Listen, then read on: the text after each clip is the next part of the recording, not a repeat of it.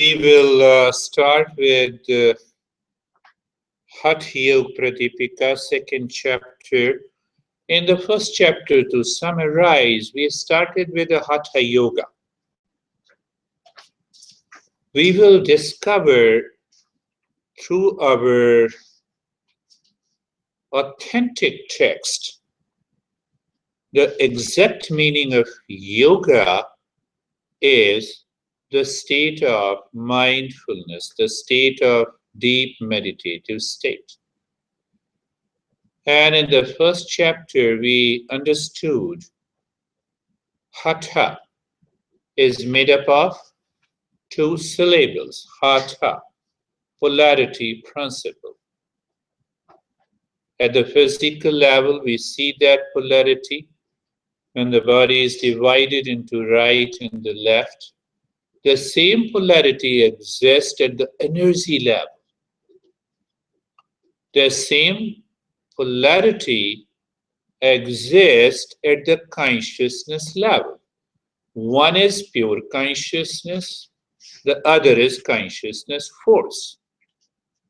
In many texts, it used to say that on a tree there are two birds.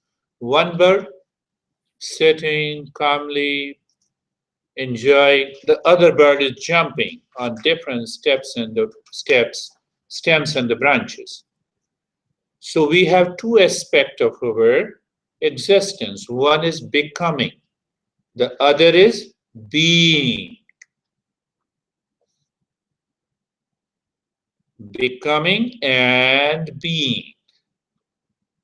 So that becoming has been understood as a consciousness force, as a power, and that being is at the center. Essentially, we are the state of the being.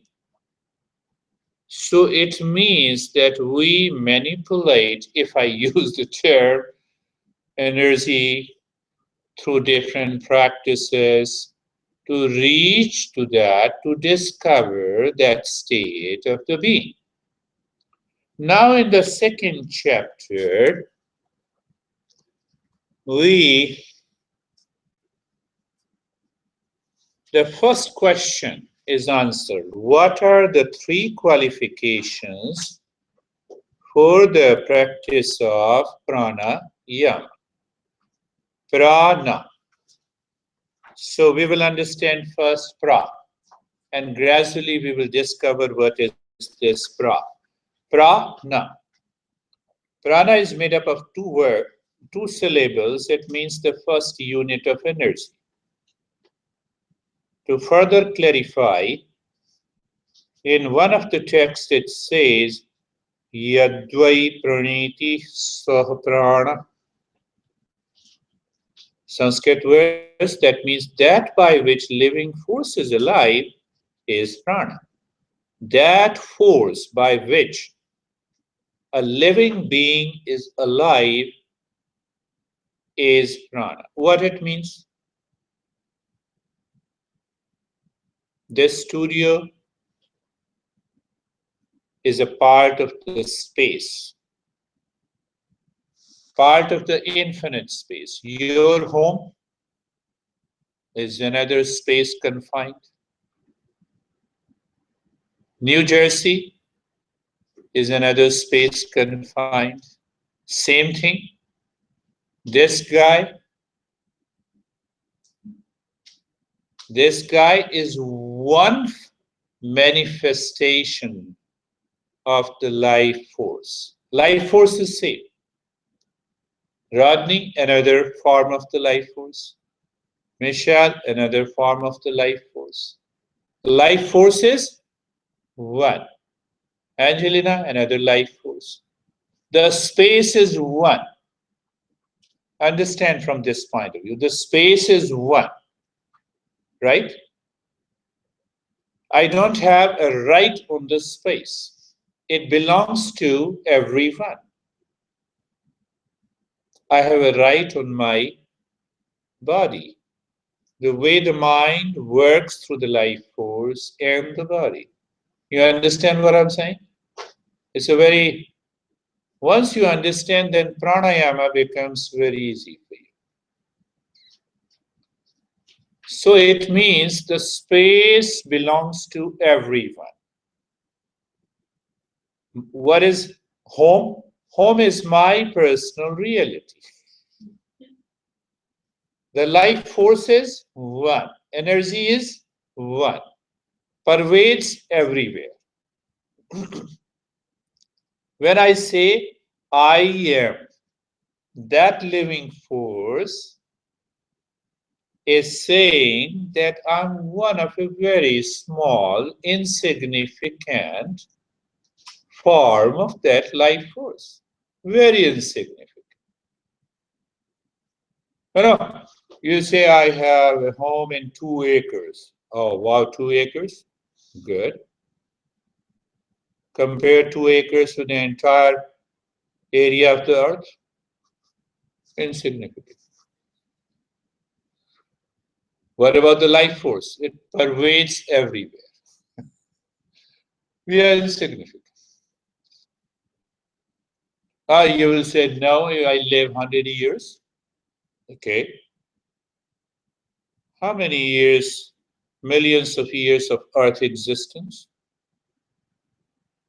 Where is 100 years to a million years?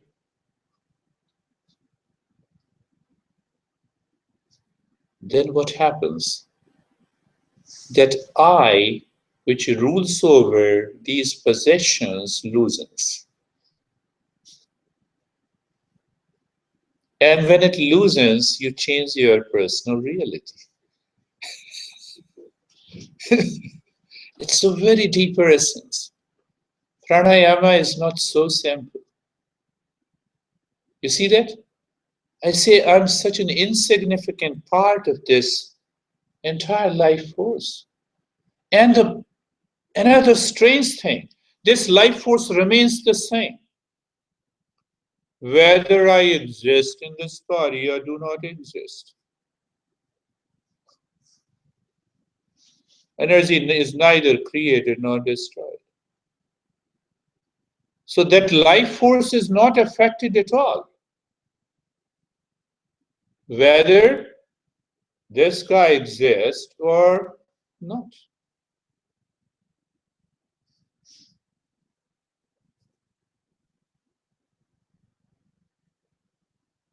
And yama, the second word, pranayama. Yama means, yama is the same, yam, to control within, to withdraw within, to change within. So because the way the prana is living in this body with the mind, with the intellect, with the ego, is suffering. So why should I do pranayama? To bring an end to the suffering. That is the essence of it. While living in the same life force, how to repair that home. You are living in one home which is known as Rodney, you're living in another home which is known as Marina. So how to repair, regenerate, transform, so that I start living into that, living into that reality. Pranayama, that is with the prana. So what are the 3 factors? According to Hatha Yoga tradition, there are other criteria, but we will focus on. It says 3 factors. Easy and comfortable posture so that the mind is not distracted. That is the first factor. So that is why you see the practice of the asana comes before the practice of the breathing. So can I raise my awareness of the body? Can I sensitize my body? Can I infuse the consciousness in the body so that I experience relaxed and poised state of the body? First factor. Second factor, raise body awareness to know how prana is affecting the body. That is the same factor. Why we practice asana? That is why we practice. We practice asana to bring an ease and comfort in the body, to raise the awareness of the body, and to continue to experience the change of the flow of this energy in the body. What is our experience of anxiety? Do you feel anxiety in your mind or in your body? Hmm? Yeah, in both, yes. But more as a sensation, and sensation is experienced in the physical body. So now when you practice asana with reference to its sensitization, what is going to happen? You are breaking the chain of that anxiety which begins manifesting first in the mind. Now you are doing the practice of the asanas you are sitting. Mind is saying, come on, body. You are still sitting relaxed and poised. Mind is saying, I'm not scared. And the body is still sitting. You are not giving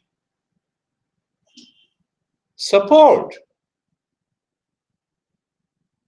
The mind is not getting a support from the body. Can anxiety remain? Try this. Simple, but how to articulate and give that practice of the asanas is a big thing. Don't make it a habit. When you go to the gym, it is a habit. Stretching, sweating, 1 week, 2 weeks, 3 weeks. One day you didn't do it. Oh, I don't feel good. Why? It is a habit. Asana liberates you from the habit. The real practice of the asana, if it liberates you from the habit, I used to do all 108 asanas during, almost until 90. And once my master told me, stop it. This is too much. Now I hardly do 2 or 3 postures a week. That's enough. And sometimes I don't do it. I'm okay. I can sit in the posture for hours together. So that attitude from the mind, that personal reality changes. You need not to do, and still your body remains flexible and plastic. Why? The mind is totally a failure. Mind is miserable. It cannot pass on its anxiety or the stress in the body. Now the mind is miserable. So asana practice is done. You succeed in the practice of the asanas when you realize that now, no way, I cannot make the body miserable.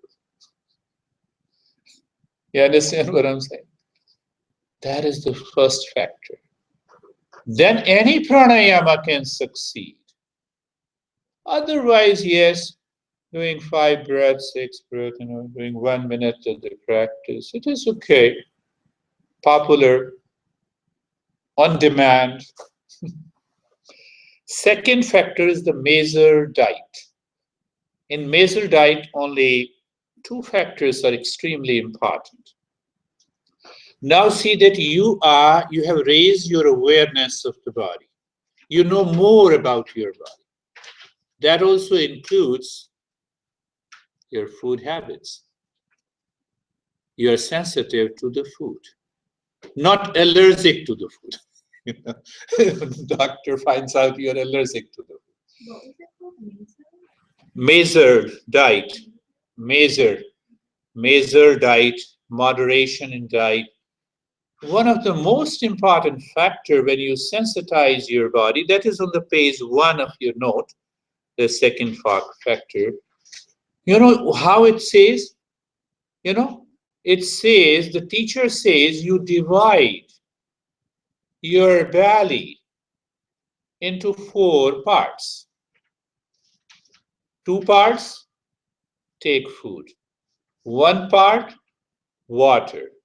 4th part, keep it for the life force to digest properly, to assimilate the food, to extract the best thing from the food. 4 parts. The belly is divided into 4 parts. 2 parts you feed yourself with the solid food. 1 part you give to the liquid. 3rd part you give to the life force. And once you reach to that state, I promise you that you can easily do any posture if you have not done before, easily. Once you reach to that stage, question comes, how do you know? Are we really aware of our eating? Sometimes we overeat, sometimes we eat 3 times. Why don't you become aware? Ask your mind, why I'm eating 3 times today?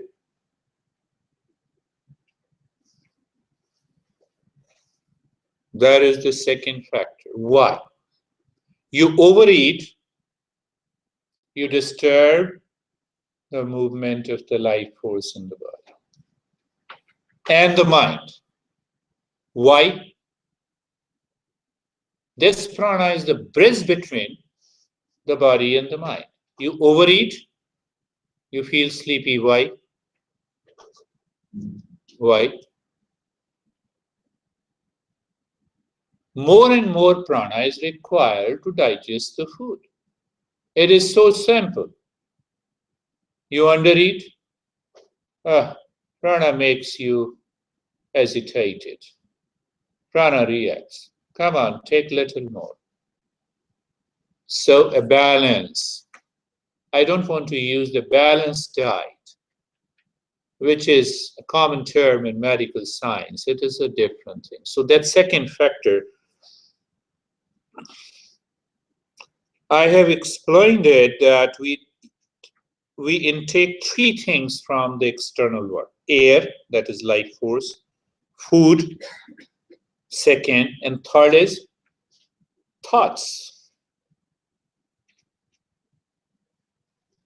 We are easily carried away by the thoughts. If I say you all are crazy, your mind will never excuse me in the entire training program. I know. I will never say it. Why to create such a condition? Thoughts, 3 things we take it. So, but understand this prana is the bridge. You know that our Holland Tunnel, that joins New Jersey with the New York. Yeah? Yeah. So when you're more towards Jersey City or you're more towards Manhattan, that makes the difference. You're more towards the mind, you're more towards the body. Body is in the lowest level of evolution. Prana is the second level. Mind is still the higher level. What is the objective of the pranayama? That prana should continue to rise and flow towards the mind. Second factor, then comes what is the third factor? What we said, instructions from the teacher. Yes. Why instructions from the teacher? It is extremely important. Not, this is just talking about pranayama when you do Kapalbhati, 50 breaths, 60 breaths, you do I know these 1 minute, 2 minute of breathing practices, yes, it can come under pranayama, but it is just you are tasting it. It is kind of a window shopping. That will come later on. But if you're seriously interested to evolve yourself through the pranayama, then the instruction is required. Why? I gave you two examples. In Haridwar, that is a location. It is the terrain in the Himalayas. We have more than 500 monasteries there. Many masters doing crazy things. So one young guy studied this. If I do 80 pranayam daily, then I will definitely absorb myself into meditation.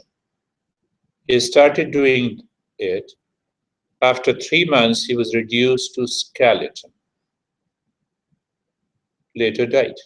I'm not making you scared because you're not going to that level of the pranayama. No, at least not in America. I know. That is one reason you need a teacher who have experienced it. Second reason, there are three stages, and every stage you have unusual experiences because this life force reorganizes itself. It fires the brain very fast to rewire it. So in the first stage, what happens? You get lot of sweating as if you are under a shower. You're taking a bath. And what is required? That has to be done under the supervision of a teacher. So what is required when there is an excess sweating? You have to rub the same sweating into your body itself. You have not to rub it through towel. Second, you feel extreme tremors in the body. Tremors also indicates hopping. You're doing the pranayama and you hop. Extreme, what we are doing in America, it's everything is okay. Don't get scared. 5 pranayama, 10, okay. Do 2, lie down, done. But as you will understand different practices of pranayama, I'm going to give you that you can use it for helping yourself and students. And the third thing, the third aspect that your mind is totally blank, and if you have still your personal reality is defined by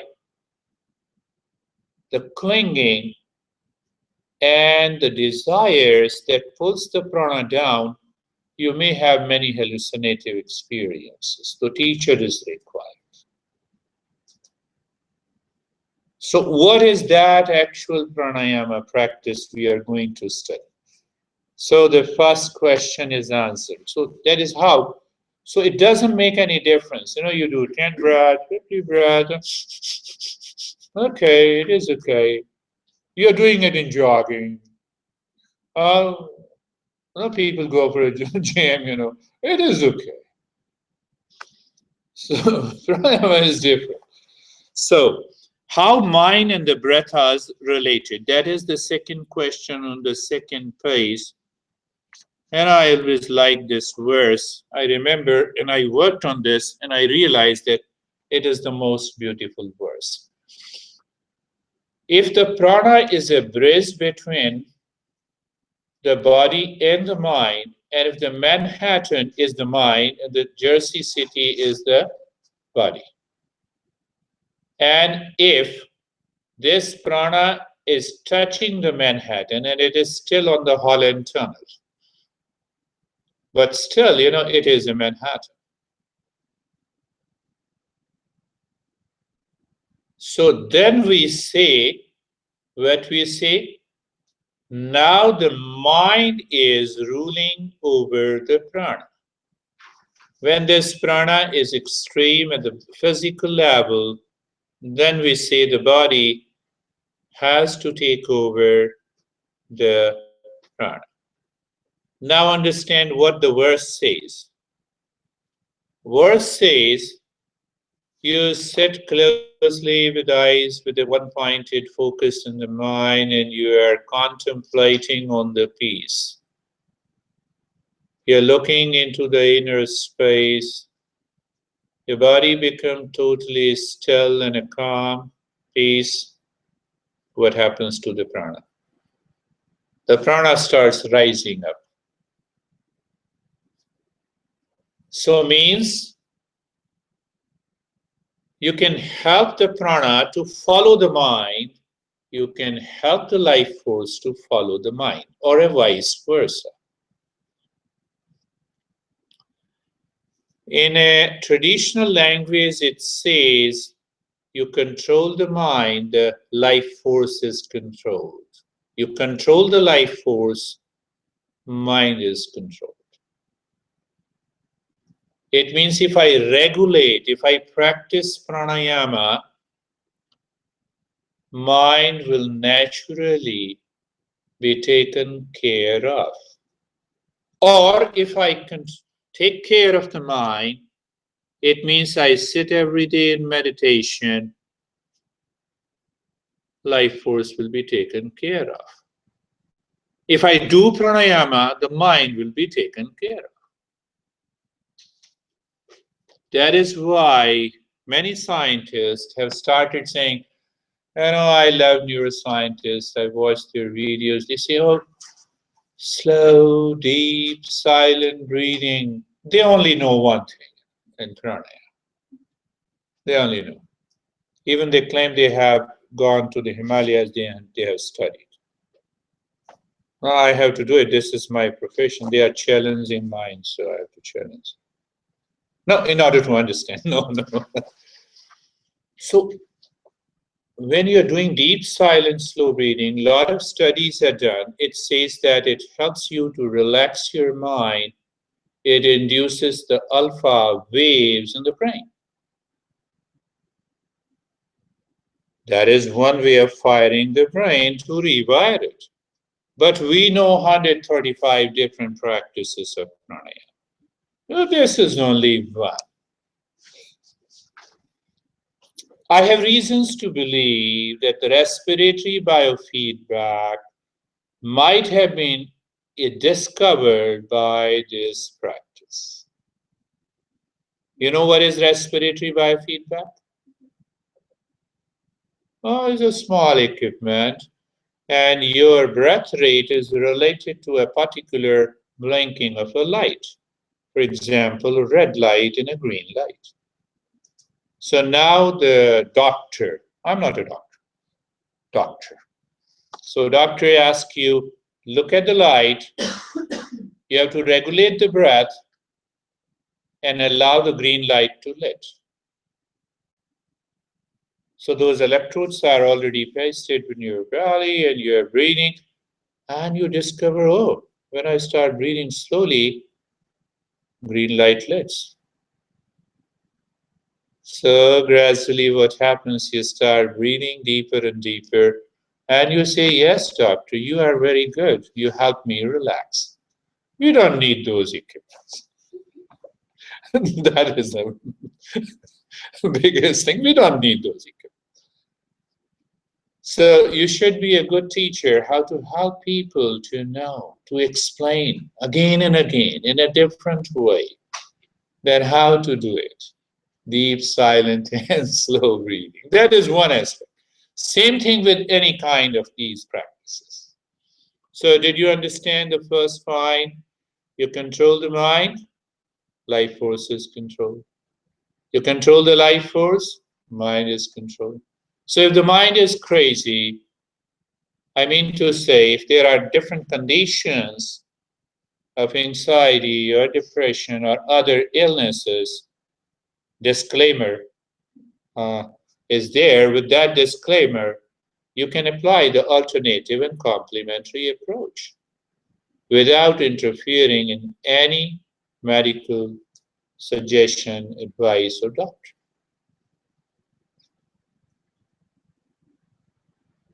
Same thing applies. You can either do it through the practice of meditation or you can do it through the practice of breathing. So that part is, so that is how you need to explain this. Origin of life force. That is, I have explained before, but I will take it later. Now the third, yes, I think that is also important to explain. Consciousness. Understand one thing, awareness. Is there any problem with awareness? Can the awareness be corrupted? No. You're anxious today, and tomorrow you are aware that you are relaxed. Awareness remains the same. Consciousness is not corrupted. Consciousness remains as it is. Same thing with the matter is always happy. I keep the smartphone here. It says, okay, car is parked outside. The problem comes when this matter and the consciousness comes into contact.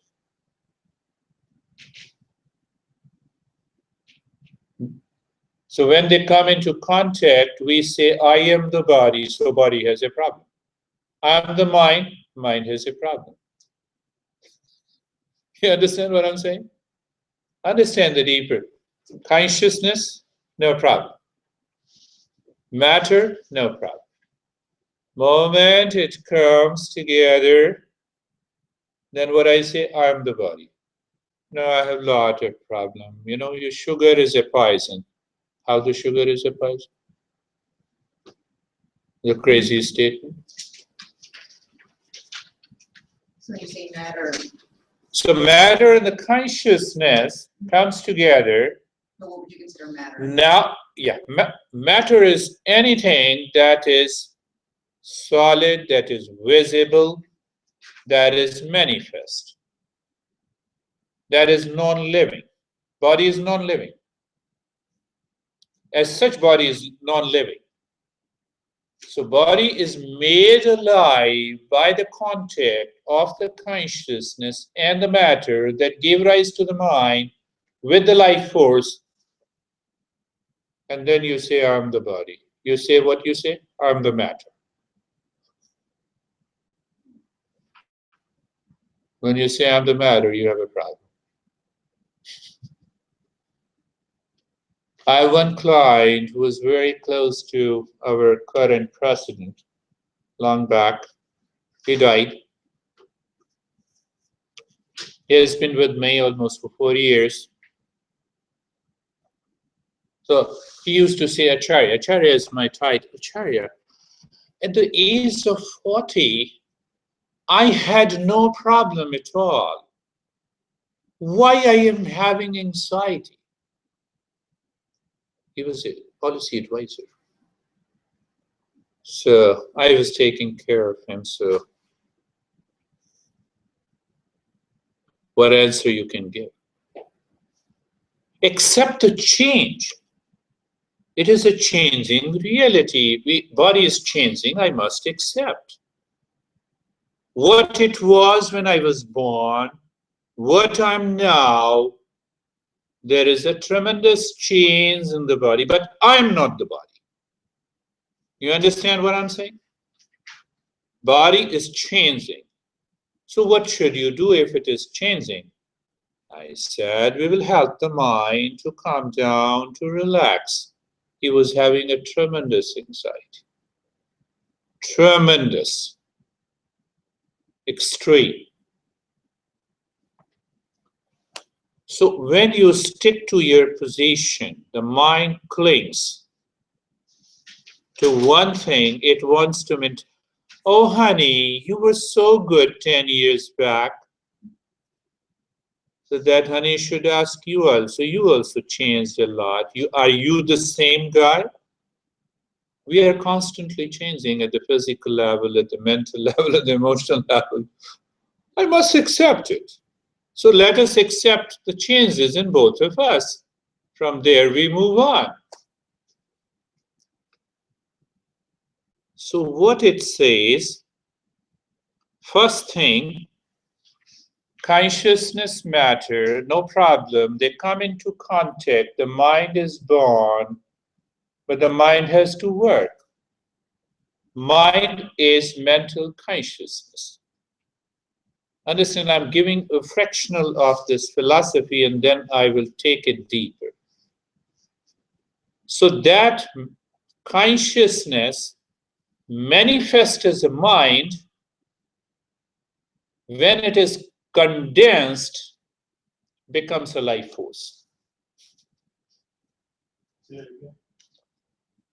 When consciousness manifests as a mind, condensed becomes the life force.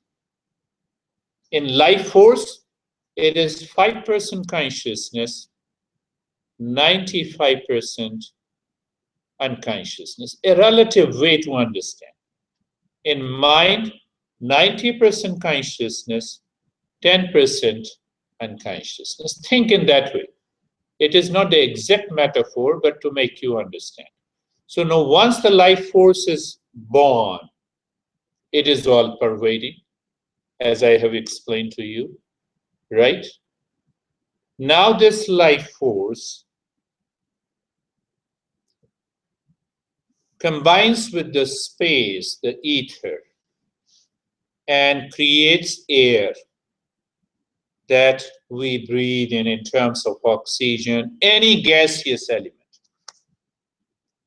The life force doesn't end there. The life force combines with air another proportion. Ratio is different. It creates fire. Life force combines with the fire, creates water, liquid. Life force, prana, combines with the water, creates solid element known as earth.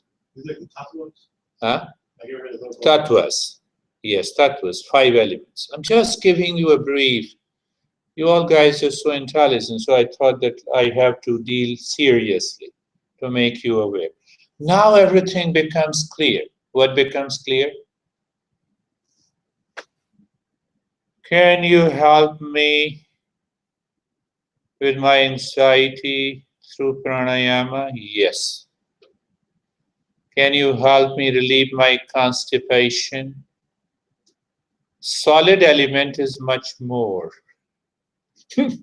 Constipation.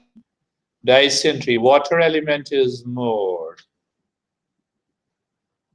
Well, I'll take you through that journey. And so I have to see which pranayama I have to give you. Okay, I'll give you. I know. You understand? Air element is disturbed. Brain. Mental problems. Mental problems. So it means that there is some disturbances with the combination of air element with the prana. So if I regulate the prana, my anxiety, it will help improve, bring back my mental well-being. Just giving you a brief idea. Yeah? So the first creation, ether in the space, ether and the prana combines, air and the prana combines, fire and prana combines. It is not there.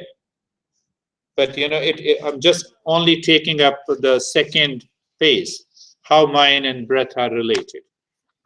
Yeah? So that is how, last thing, in this question. It is what doctor says, when the life force is taken out, we are dead. So we say life force has been taken out. No more breath. The traditional wisdom says that prana manifests in a different form. That form is known as Dhananjaya prana. Why? To decompose the body. Why to decompose? To again merge the entire body into the 5 elements. That is why we have a phosphorus cycle in the nature. We have oxygen cycle. We have a nitrogen cycle in the nature. You understand? That we talk about phosphorus cycle. Don't think that I'm a product of only my parents. No, I'm not talking social context, I'm not talking, I don't have step parents or something, socially.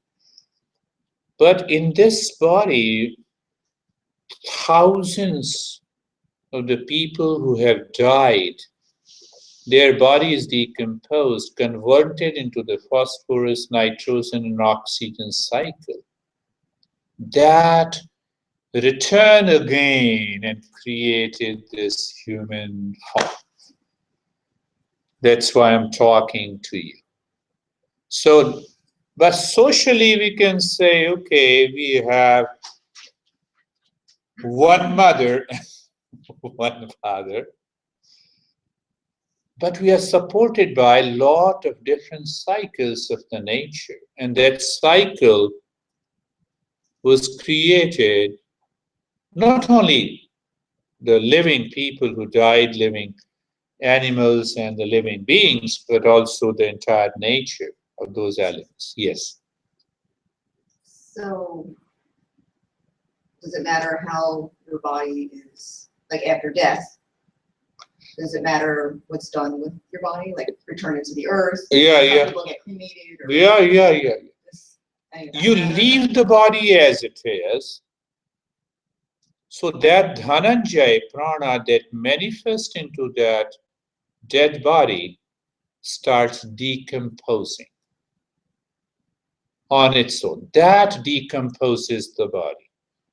So what the traditional wisdom says, that prana is capable of decomposing in such a way that all the elements from there moves to the original elements. But yes, when we sometime in our tradition we burn the body, in other tradition we cremate, we put inside the grave as if he Does will. that change how? So that is a social tradition. Does that change how? I don't know how to explain it. We get like reincorporated. Yeah. It's like Egyptians, they move by the bodies. Yeah. So, In the box. But- Everybody goes to the earth. so traditional wisdom says you need not to do anything. It will go by itself. It is subjected to change. So when it is subjected to change, when you are not alive, that prana, Dhananjaya prana, takes care of that. So it doesn't matter It doesn't matter. what form. It is a social custom in a format, like Egyptian and. What the Masons say, I was saying, I'm not saying I don't, they're not that often, they say like how putting yourself in a box is kind of like one of their rituals. I don't understand the depth of it though, and other cultures talk about how we put back into the earth. Yeah, put back into the earth. Yes, but normally, you need not to do anything and it goes in its way. I will talk in detail. You can ask me next time. Sometime in Buddhist tradition, there is another Lama tradition in our eastern state. When I was there, the body died. They just dip into the river, they wait. They hold on, they create a barrier, the fencing, and it is eaten by the other species, our living species in the river. So when everything is done, what is left? That is the biggest problem, and it is very hardest. The problem, this has created religion, this has created division, this has created racism, this has created everything that has divided the humanity. And we have the hardest skull after the bulldog, I always say. Once something goes inside, it is hard to erase. But anyhow, what I wanted to tell you, that there is a tradition that once that entire flesh is eaten by those animals, the skull is left. So you bring the skull, wash it, and you fix it in front of your home, in the front gate.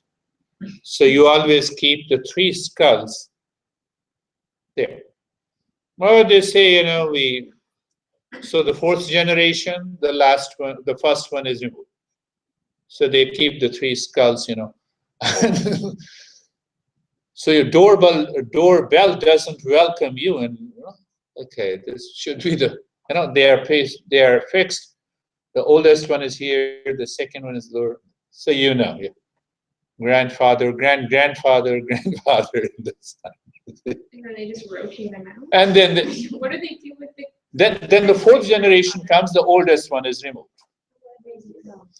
So they are the different traditions, So now, in death, also that prana remains present in a different form. Prana changes its form. What's that prana called again? Huh? What's that prana called again? The one that decomposes the body? Dhananjaya. Dhanjay.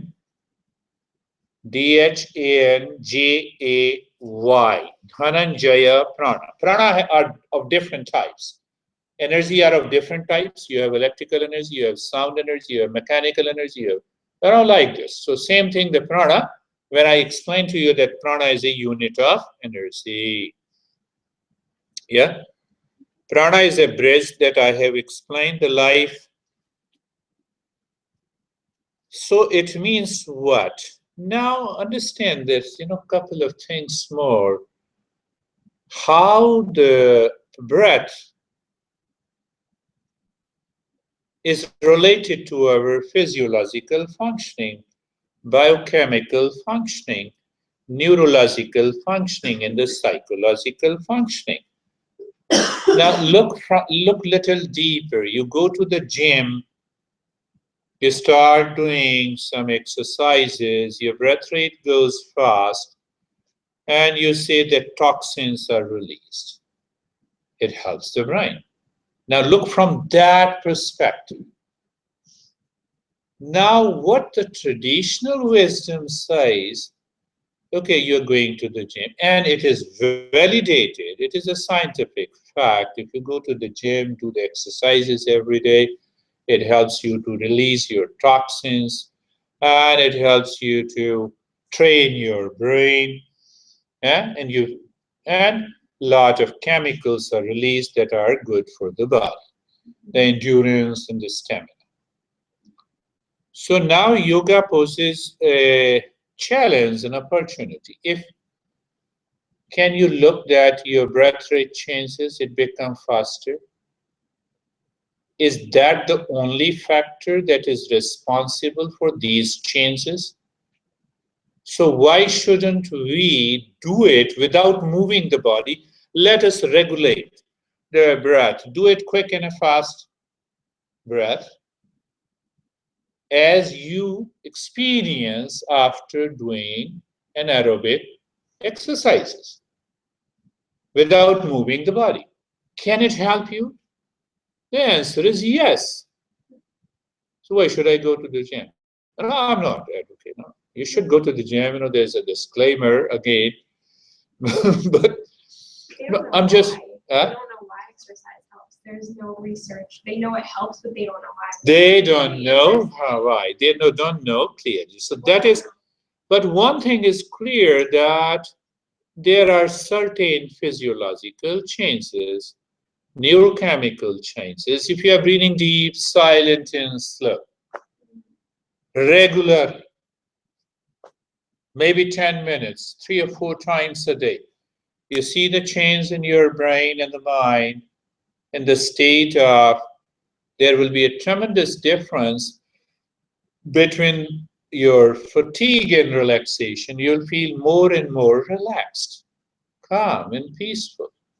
Simply do it. I remember this, my real story.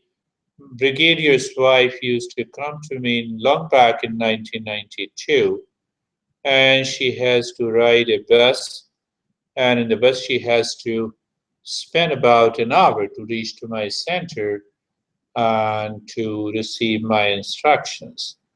So after 15 sessions, he realized that yes, it helps me to bring my improve my mental well-being, and it also helps me managing my anxiety. You know what she started doing? The moment she ride on the bus, it used to take 1 hour, eyes are closed. Let me do it. Let me do it. And she started doing. So in the first week, she told me that it takes me about, maybe it was 10 breaths a minute. Second week, it was 8 breaths a minute. Third week, it was 5 breaths in a minute.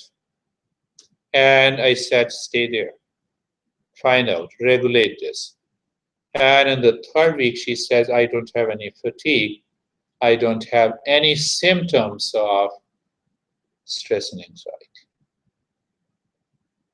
So I could see the reason that she used to do it for 2 hours, coming and going. So what I wanted to say, when you intensify these practices slowly, under the supervision, tremendous change in your lifestyle, in your physiological, in your biochemical functioning. Normally, I say I don't feel tired as such. Maybe I'm a crazy guy, so that may be possible. But normally, I don't feel. But sometimes I feel, I switch on. There are different practices. So perhaps when I switch on, this is maybe a hypothesis that when I switch on, it fires the brain, because it is the brain that gives you an indication that you're tired and fatigued. It fires the brain, and then it rewires, and within a couple of minutes, I enjoy that state of calmness and peace. And I'm relaxed. So there are manifold applications of this. Yes, I think I should cover a part of it, and then, or we should do it next time. That would be good. So we'll continue our journey of this pranayama.